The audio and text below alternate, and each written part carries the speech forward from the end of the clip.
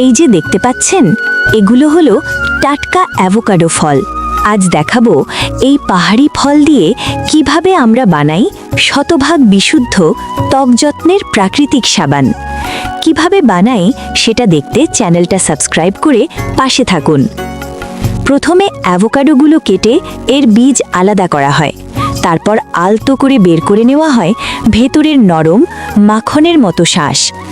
এই শাঁস পাথরের হামানে পিষে পিষে তৈরি করা হয় একটা মিহি ঘন পেস্ট, যাতে ভেতরের প্রাকৃতিক তেল ধীরে ধীরে বের হয়ে আসতে পারে। এরপর এই পেস্ট হালকা তাপে রেখে দেওয়া হয় সারা রাত, যাতে তেলটা উপরে ভেসে ওঠে। অন্যদিকে ঝুনো নারকেল ভেঙে এর জল আর শক্ত খোসা আলাদা করে নেওয়া হয় নরম সাদা শাঁস। এই শাঁস কুচি করে কেটে ভালোভাবে বেটে নেওয়া হয়। তারপর সেটাও রেখে দেওয়া হয় সারা রাত, যাতে ওপরে ভেসে ওঠে খাঁটি মালাই।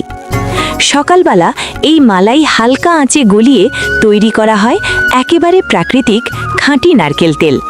এবার আসে সবচেয়ে গুরুত্বপূর্ণ ধাপ।